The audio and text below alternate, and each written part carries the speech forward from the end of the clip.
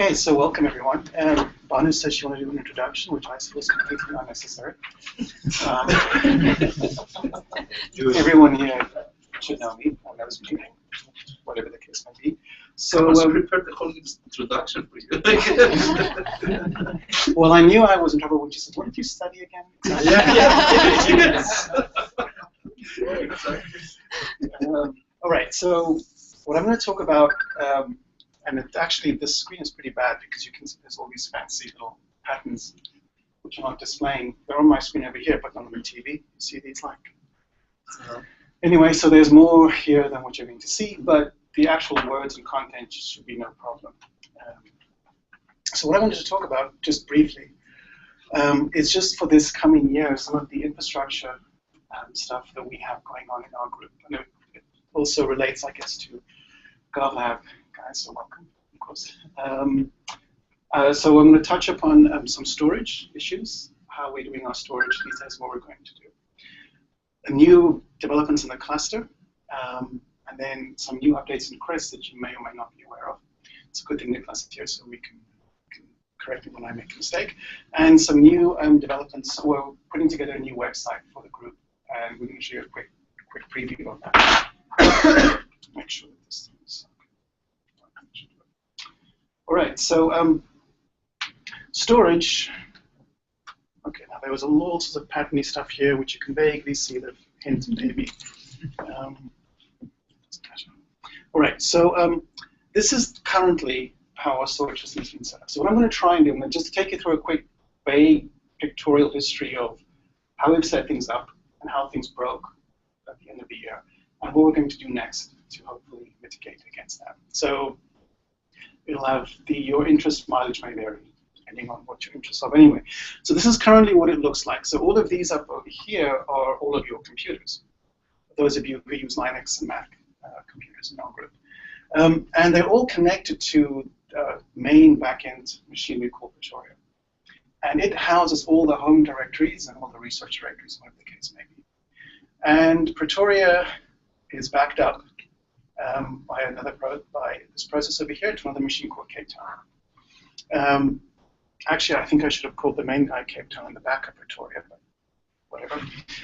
So that's what happens. So essentially, the one machine is always backing up the other. It's a little bit delayed, but that's how it was set up. Now, each of these machines over here, each of your machines, if you're using Linux or Mac, were physically, well, not physically, they were symbolically linked by the network to the machine called Pretoria. So that worked well for a long time, and the backups were working fine for a long time. Now, the problem with that kind of design is this. What happens when Pretoria, for whatever reason, goes down? If that goes down, then all these links to all the other machines go down, and no one can get to their home directories, a whole bunch of other stuff. Everything's essentially, you're dead in the water. We kind of, what we would have done, or what we did do, is we thought, okay, that's not a problem. What the idea with this strategy is you just shift to the backup. But it's a bit tricky because what has to happen is, since each of these machines is symbolically linked to something called Pretoria, we have to go to the other machine, we have to rename it, bring it back up again, change its internal directory structure so that it exactly looks like what Pretoria used to look like. And then we have to go to each of these machines and re-establish the link. So once that's all done, from the perspective of the end user, it's sort of vaguely transparent. They don't have to do anything from their end. It all happens on this back end.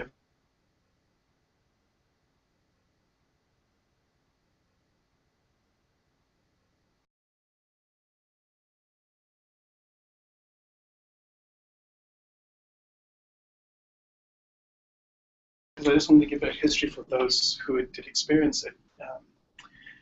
So what happened sometime before November, in our main machine, Pretoria, which actually has 5 hard drives inside, one of them had died at some point. We didn't even pick it up. We didn't know it had died. Because it's something called a RAID, if one of these hard drives, so your information is spread across all of these devices, and if one of them goes down and the others are still healthy, everything is fine.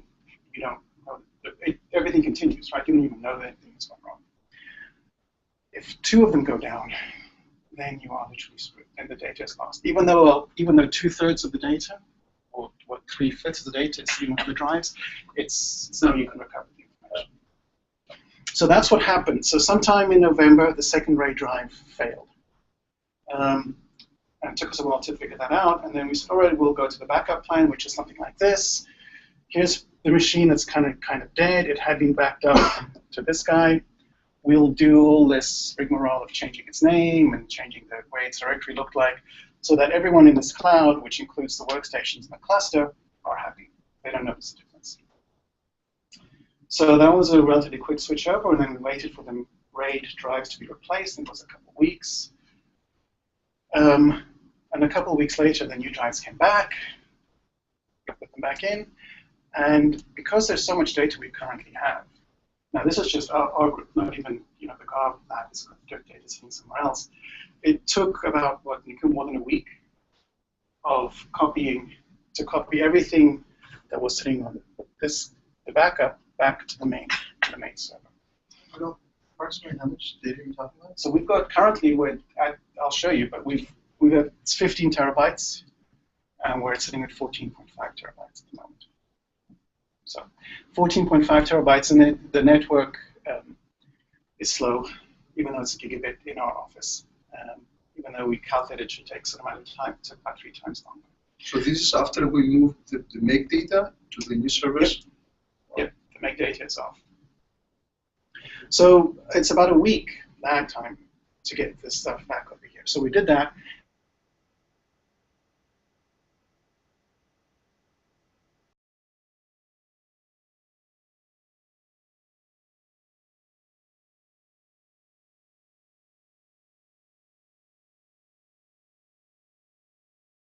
To happen, we were saying, all right, well, the machines are kind of back up, we'll continue along like this. And because it took a week to get the data from one to the other, we didn't necessarily be as vigilant as we should have been to get them back in sync again. So what happened was we were expecting this new machine to come. It has come, but hasn't been deployed yet. And about 3 weeks later, after the new drives for Pretoria came back, another RAID in Pretoria failed. It might have been a different one. I don't know. So the vendor came, swapped it out. These things are called hot swap. That means the machine can be running, and you go to the stack, pull the drive out, and it continues running, and you swap the drive in, and that's hot swapping. And when we did that, the machine said it needs to rebuild itself. And all right, well, the vendor was there, he said, fine, go ahead and do it, which we did, and that took 4 days, and all the data was gone. So we had a stale backup of about 2 or 3 weeks on the other machine, so we haven't gone back to that again. It was so much fun. So the RAID rebuild on our main machine caused a complete data loss, and we had to revert to a week stale backup on Cape Town. So this definitely drove the point home that we need a much better solution. Now, so currently, I know the Make guys, you're currently using this solution. So we're going to talk about what we're going to do next. Oh, and this was here. So currently, Pretoria, you can tell it's a mouse pointer, 14 terabytes, 13 terabytes used, 458 gig, 485 gig available. So we're really operating in fumes. So currently, though, the machines are doing a backup of each other, but it's this kind of hodgepodge thing. What we're going to do, so this new machine, Tautona, okay, so as a little trivia, you might have noticed a theme in the names of the computers. So Tautona is the name of the deepest mine in Kimberley, South Africa. So our main Nexus server is named after the biggest hole in the ground, and it will have 85 terabytes. And it's already here, actual runs, it's sitting at Needham. And as soon as they can actually mount it on the rack space, it'll be available. And our new cluster nodes, which I'm going to speak about now, are also going to be sitting at the same rack mount. And all the computers have been, all the hardware has been delivered. And there's some hiccups which I won't bore you with, but hopefully very soon the machines will be up, and it'll take us about 2 weeks to start migrating all the data and so on. So what are we going to try and move towards? Okay, so this kind of picture here, remember, here were your local workstations. And there was this thing in the middle didn't exist, and it was just these two. So now we're going to do this. Here is the new super duper big hole in the ground. 85 terabytes of storage sitting over here, but it's no longer going to be directly connected to your local workstations or to the cluster. It's going to be connected to a virtual machine that the research computing guys will support, which means that it's their problem. If their equipment goes down, they guarantee the machine, that virtual machine will always be up, running, and available. So why a virtual machine? Does everyone know what a virtual machine is? Does anyone particularly care to know what a virtual machine is if you don't know? Anyone? Right. Anyway. I want to know. So a virtual machine is exactly what it sounds like. It's not a real thing. It's something that runs on another piece of hardware and acts like a computer. It's one big file that you run. And the advantage of that is you can always move it to another computer without any issue. You can copy it, you can duplicate it. Just for the price of copying one file, you have a brand new computer. So it means if something were to go wrong with the computer, somewhere over here there's another computer that's actually running it, it should be safe because that file can just be rerun on another computer and we're back up. So this is what we're going to move towards. It'll be this virtual machine sitting over here, which no one ever needs to connect to, needs to worry about. I mean, right now you could, if you wanted, you could log into Pretoria and Cape Town for kicks. I don't know, there's nothing to do on those machines. Those are the main servers where the data lives. Oops. Now, the idea of what we're moving towards is, so this intermediate level over here will, if something happens in the future, like something breaks over here, this guy will automatically reroute and share the backups that are currently sitting on these two drives, these two machines. And hopefully, no one up here will ever notice something is going on. There might be a few minutes hiccup, whatever the case may be, but the VM should automatically, well, we have to write it to do that, automatically switch over to the other space and keep sharing it out, and no one at the top would need to know. And so we'll have a much more robust and responsive kind of thing.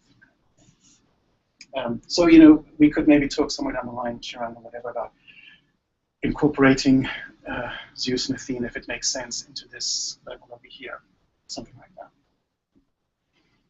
Okay, so, oh, and the final picture over here, the only difference is the other thing that we're doing as well is, yeah, over here, these are just single computers, but we're going to add external drives to each of them. And the reason for that is because, you know, your local computer oftentimes has, like, these days you buy a new machine that's got 2 terabyte hard drive, which is a lot of space, if you think about it. It could be important space, so what we'll do is we'll add external USB drives, and we'll run a local backup process on each machine each night that will back up the home directory on that local machine to this local storage. So it's multiple levels of backup. But I like to think that once this is all up and running, your data will be completely safe. All right, so so the cluster we've currently been using up until now. There are 5 nodes, and we're going to move to 12 nodes. In total, over the entire cluster, it'll be about 1.3 terabytes of RAM with 220 cores. Okay, so that means there's a lot of stuff, a lot of space in which people can do their stuff, much more than we currently have. What it looks like at the moment is something like, see, this is what the color is on messed up. Oh, well, anyway, so currently we have 5 HP blades, which constitute the cluster, and they were recently upgraded, each machine, to 96 gigabytes on each node. So it gives us 480 total RAM, and there were 80 cores between them. So we're moving up from the G6s to the G8s with 128 gigabytes of RAM on each node and 140 cores. It sounds like a whole bunch of numbers, but it kind of is a whole bunch of numbers, but it means that you'll be able to run a lot more on the cluster. You currently have, especially MATLAB, which is a big hog, and the other processes that we do. So currently, those are the machines we have: Dr. No, Russia, Goldfinger, Thunderball twice, and 10 points if you figure out the theme behind those names. Since this is like a talk, it's supposed to be educational, I'm going to say that these are not servers. They're cluster nodes. So if you struggle to log in, don't send an email saying, I can't log into the server, because that could mean anything. Say, I can't log into the cluster, or I can't log into Russia or Goldfinger or Thunderball or whatever the case may be. It just makes it easier for us to. I mean, I know what you mean. So I mean, okay. So very soon now we're going to have Majesty Forever Live or Live. What was that? Live and Let Die. I didn't want to call it Die. And Let just sounds too. So Live was the next thing. Golden, Man with the Golden Gun, so I couldn't call it Gun. The Spy Who Loved Me. Moonraker is easy. You only live twice. We already have twice back here. So only seemed kind of doable. The next machine down, we get a little bit tricky because that's Octopussy. Don't know what we'll do with that. But anyway, so these new nodes will be up hopefully very soon, as soon as we get them in rack space. Like I said, there will be G8. It'll all be identical to what we currently have. So from your perspective, so if you used to log into Russia or Dr. No, you'll now have 7 more choices to go to. And these will be more powerful machines. We're going to leave these guys running the current MATLAB that they have, which is the MATLAB that various people have paid licenses for. So these MATLABs on these machines have all of the not the plugins, what's MATLAB call it? Toolboxes. So Children's now offers MATLAB internally, but it's not all the toolboxes. But most people don't use all the toolboxes. They do offer the Stats toolbox, which is the only one people kind of mostly use. So we'll install on local in each of these their own local children's MATLAB. Yeah.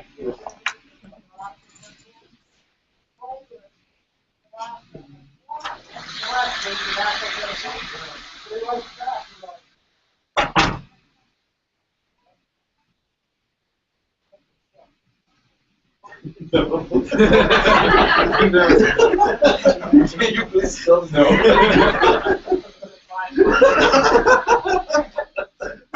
Is it no?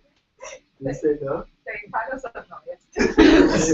Because there is some weird thing there, like an emergency shower, which leaked lots of disgusting liquid, and they say it's an emergency, they have to clean it, but maybe at least they will keep their voices down.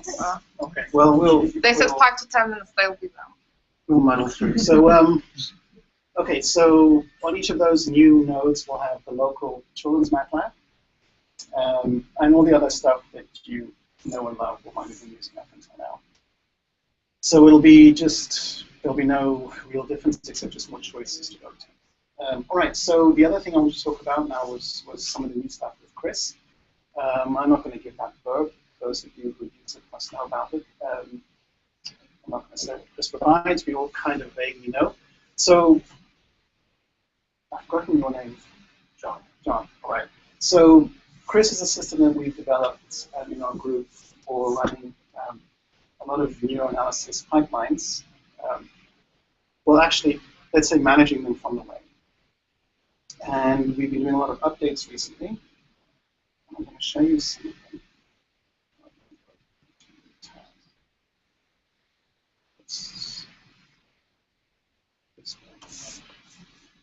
Okay. So the aspect ratio is a bit messed up.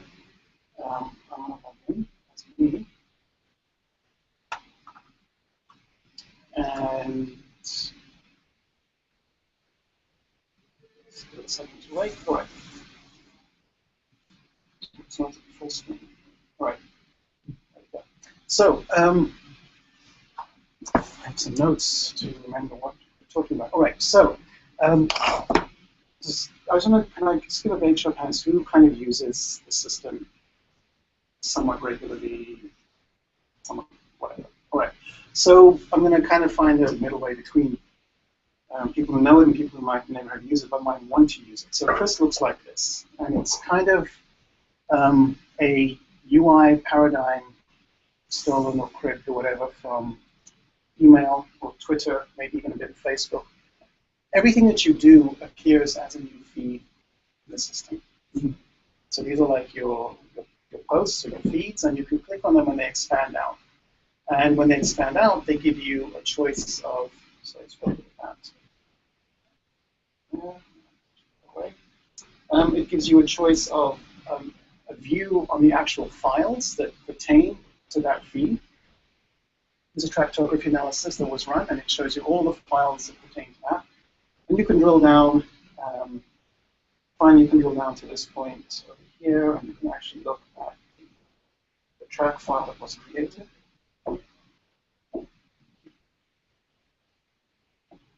Okay, there's a bug in Chrome, I think. But we're not going to look at those pictures now, we'll just look at the general thing. And you'll be able to view it in the browser, you can view it later.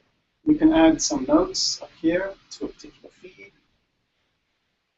Blah, blah, blah. And what you can do, what you've always been able to do, is you can take this particular feed and you can share it with another user of the system. And then what they do is they see the everything that is, they get a new feed, a new tile on their feed that corresponds exactly to a directory name. So any notes that you make over here, they will see, and vice versa, like that. And of course, all the files that this pertain to this analysis, they have access to, or they can see in the system. So what you can do, which you might not necessarily, what are some of the things you can do from here? Well, you can drag things together, right? You can pick up this guy and drop him in here. And now you'll see this one, oops, contains, if I go to the file view, contains the contents of the previous one. So you can group feeds together and the contents within feeds together, and so build up a nice repertoire of stuff that you can then share with people, and they can have access to all the stuff. So if you have 5 people doing these analyses, then you can consolidate information like that. Now, over here is where these are the plugins which are the stuff that actually change your data. So the first thing you probably always want to do is you can go to the PACS pool. Has everyone seen this stuff? Has everyone? All right. So the PACS pool goes and speaks to, I'm not going to show you the details then, it goes and speaks to the hospital PACS, and you type in a name or an MRN, and it will go and collect the data for you and pull it down over here. There's another thing that you might not have seen yet, which is over here. You can click this button, and you can upload anything you want now from your local hard drive into the system. So let's do this over here. Drag, we'll select files. If I just choose one, all right, well, here's a picture. Let's get that PNG. It will appear in my feed. There we go. Here's the new feed. I can open it up, and it opens up as a file browser, and there's that PNG I just uploaded. So if you have DICOM files, currently that you might have sitting on your computer, and you want to upload them into the system to process, you can follow this method. Any files that you upload currently like this, if they're DICOMs, they're not really in the backend database. If you want to put them into the backend database, you would use the PACS. So you don't need to remember any of this stuff. Just have an idea of the stuff you can do, and I will give you more details later. You go to the PACS push, and you would drag your DICOM in up here, and you would push it into. It's a bit cumbersome, and we'll fix that, but there are ways in which you can do stuff like that. So no one here actually uses the stuff at MGH, but at MGH, we have another plugin that will help for them, which speaks to their local backend, but we don't need to go into the details of that now, because I'll use that. So plugin from external. So the other stuff that we've added on, I might switch to Nicholas's log to show that in more detail, is added this thing of tagging. So let's say you're working on a project like this one, and you want to tag it. The tag icon. You made it favorite at one time. Oh. All right, so I'll hit the tag, and I get this thing over here, and I can just add, like, let's say, It's not this one. What click on the... oh, the fifth one. Oh, okay, sorry. I can now add a tag, say whatever project, whatever, P, polymicrogiant PNG. And I can give it a color. If I feel like it, let's make it orange. I can tag. Create that. And it appears in my list, and I can select it, or I can select my previous tags that I have here currently, and I can tag my feed. So why would I want to do that? Well, show it like this. Let me log into yours because it has all of the.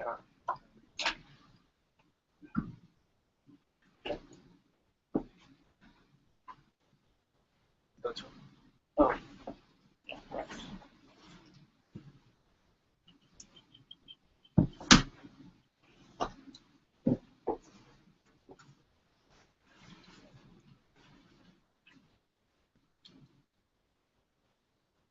Okay, so here's where we do want testing.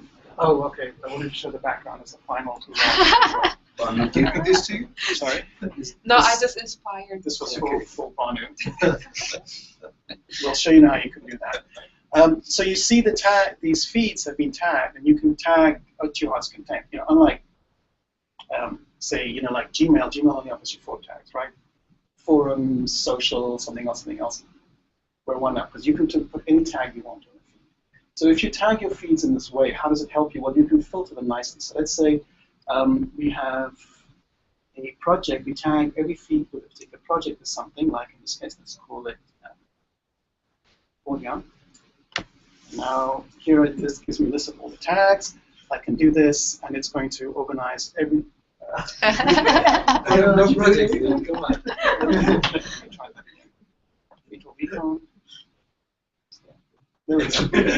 So now our feed, it's also showing us everything that we've done. Only shows us stuff that contains that tag. We can, we can go further. You can see here's feature recon and Orient, but Orient was tricky, so we'll try another one. Feature recon, and let's add the word done. And now it just shows us those tags. So your feed can be trimmed down to only show you stuff that's relevant to what you're doing at the moment, provided, of course, that you've gone through and done the homework of tagging your stuff.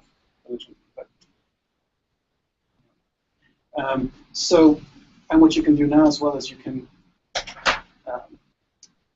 select all of these, and when you're finished and you don't want them anymore in your if you're done with this project, it's finished, you want it away from your pipeline, you could hit archive. And it will remove.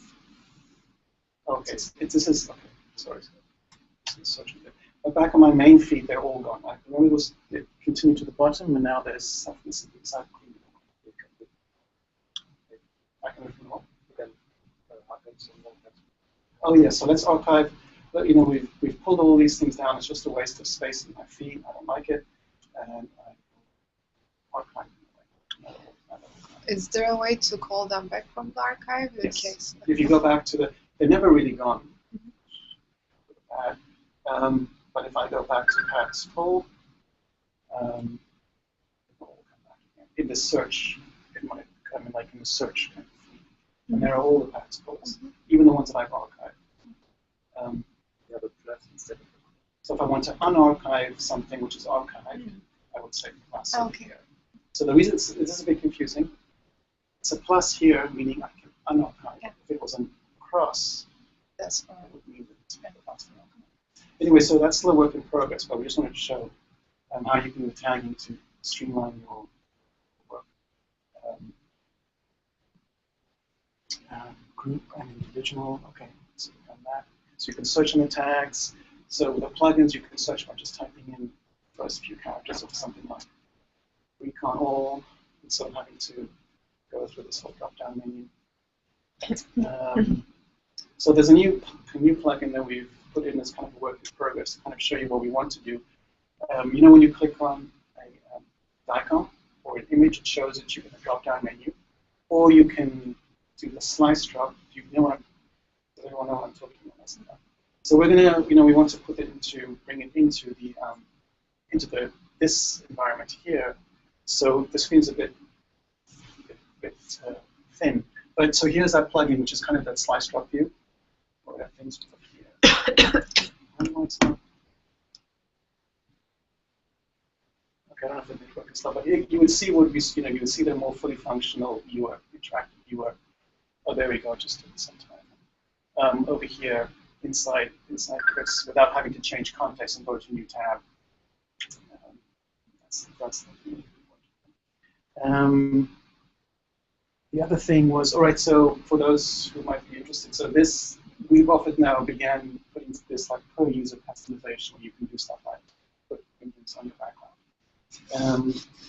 So you can set background stuff. You can also set defaults to to particular plugins. Like, let's say you always use a tractography pipeline. And over here it defaults to these things you see over here: 35 angle threshold, equals to fact, equals to PTI.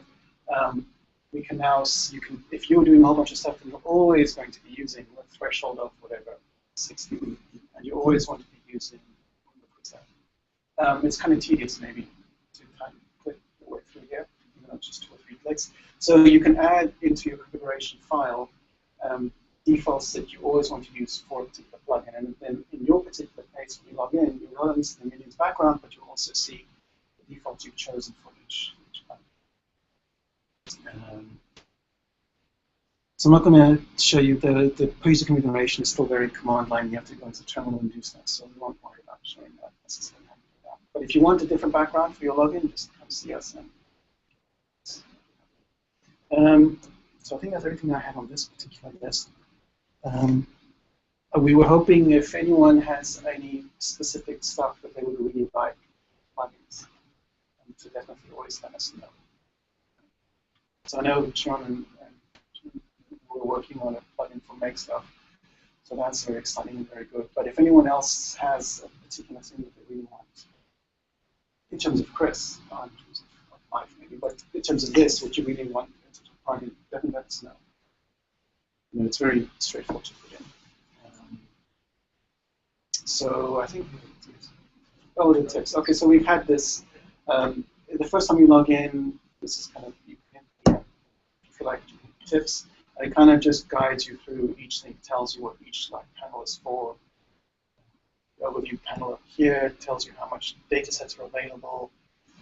You can click on the up arrow to upload your own data, etc. It tells you a little bit about plugins, what they are for, this plugin panel, how it works, and a little bit of your feeds, how you can interact with feeds. This is the share, this is the favorites, tagging, and all kinds of feeds, something like that. So it's just a very quick kind of like online help.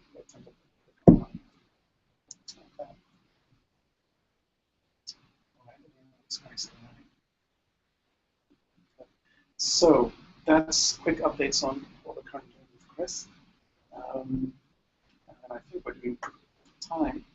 Let's just round it out with a quick preview of any questions, by the way, with what we're doing with the website. Okay. So this is a mock-up. Well, not a mock-up, it's actually like the prototype of our new website with all credit to Nicholas, who put all of this work together. So we were kind of vaguely inspired by some of the stuff you see on Google. So if you scroll down, you'll notice the kind of vague parallax effect. And these are these divs. So the idea is to have a big text window, some nice fancy picture. You can scroll down and you can see, so that's about us, here's some research stuff. And as you scroll down a page, maybe I should even tell you what to do. We want to see if this is obvious to people how to navigate through. It's pretty obvious, actually. Okay, I won't go into it. So you can go over here. This is nice, just like for a native user, like you should get an idea that you should go down. Like you should go down, I would hope so, definitely. And you see as you go down on the right, it updates different sections in the page. So on the right, top right, you have that floating window that tells you where in the page you are. So this thing over here, when you see that, do people know what that means? Do you see that on our webpage? What thing? Can you see it? It's over here, there's like these three, there's a button and these 3 lines. Index. Kind of. Tools for what? So, what if you saw it on your phone? When you go to your phone, you go to a page or something, you see on the top left, there's the one. So for some reason, we thought it would be obvious that it's the same function here. It's the same function here. But when we showed it to Banu, she was telling me, what's that? I have no idea what that is. It was on a phone. But so there you have the same things that are up over here. You can navigate through like this if you like it. So this content is still not complete. The different components look kind of like this. So we have a research page which will highlight our research, which will talk about our research, highlights this kind of stuff that we're doing, has these like kind of like attractions, coming attractions, blah, blah, blah. The color scheme needs some work, but a kind of history of stuff during the year. It sounds really cool. You can click on one of them to take you to some more information about the particular thing. This goes to the Chrome experiment that's together.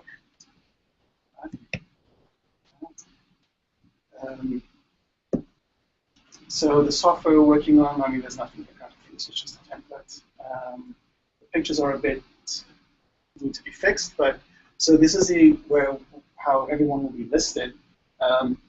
It's basically in this format, and now if you click on someone's more about me, it folds open like that, and you can go to awards and publications all over there. Here's contact information per person. Drop down nice like that.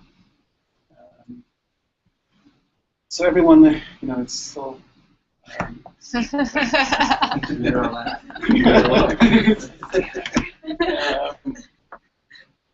Some contact, the standard contact, how you can get to different locations. So, and this is what Nicholas put now on air. Even this talk right now on that computer, it's being live streamed through our website. So you would be able to go and view it.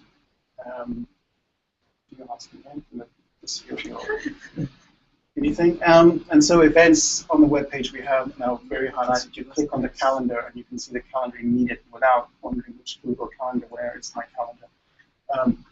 It's there directly from our website. So what's really cool about this, obviously because I think it's cool too, is that all the content you see here is actually living on Google Docs. So I shall not quickly. We do have a couple minutes. So who do I log into? So I go to Gmail, right? Or should I go to mail dot?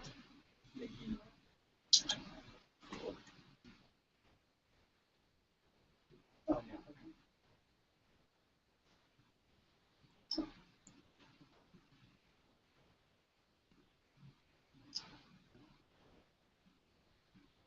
Right, so it's drive, which is top right.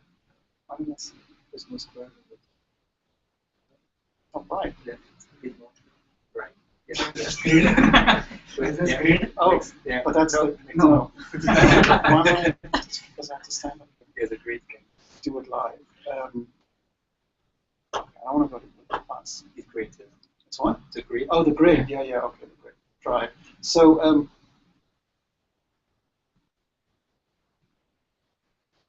It's a bit slow. Okay, so here's a website folder. In the website folder are these spreadsheets. So let's look at the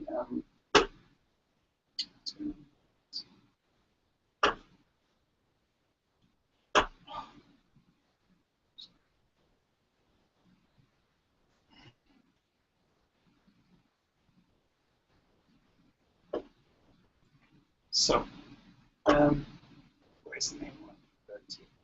All right, so if you open one of these spreadsheets, so this is just a normal Google Docs spreadsheet. You see the information is organized like this in a particular spreadsheet, and this is what the website goes and sucks up to get this content. So if we go to highlights, so this text is, you don't need to go and edit our website to do it. You just need to go and edit the spreadsheet over here. And if you change the spreadsheet, so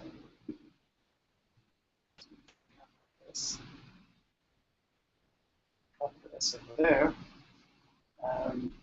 That's what you need to do, and back on the main website within a minute or two, it should want to, if I refresh the page,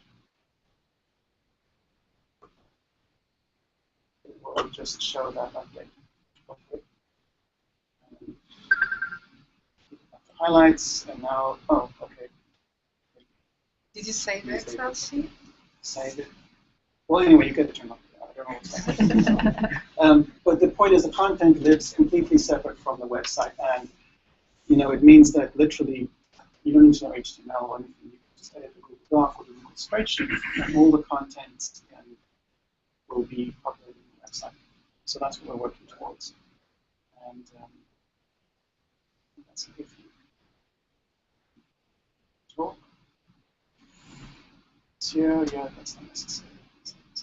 Yeah, so that is it. Right, so that's the year.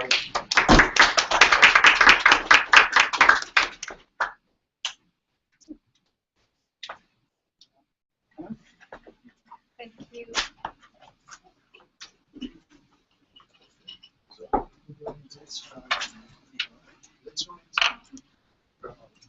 So the guy is going to come tomorrow and have a look at the software. Let's see what I think it's